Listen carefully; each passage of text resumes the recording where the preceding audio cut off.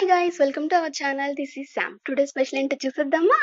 Restaurant స్టైల్లో ఉన్న గోంగూర కందనకాయలు. ముందు స్టవ్ వెలిగించుకొని దాంట్లో ఆయిల్ వేసుకొని అది వేడైన తర్వాత పసుపు, తర్వాత ఇంగువ వేసుకోవాలి. అది వేడైన తర్వాత ఉల్లిపాయలు, పచ్చిమిర్చి కూడా ఇందులో యాడ్ చేసుకోవాలి.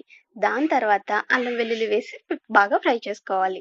దాని తర్వాత మనకి రుచికి సరిపడ్డంత సాల్ట్ వేసుకోవాలి. దాని తర్వాత మనం ముందుగా రెడీ చేసుకున్న బాగా కొవ్వు పట్టిన కందనకాయలు కూడా తీసుకొని ఇందులోకి యాడ్ చేసుకోవాలి.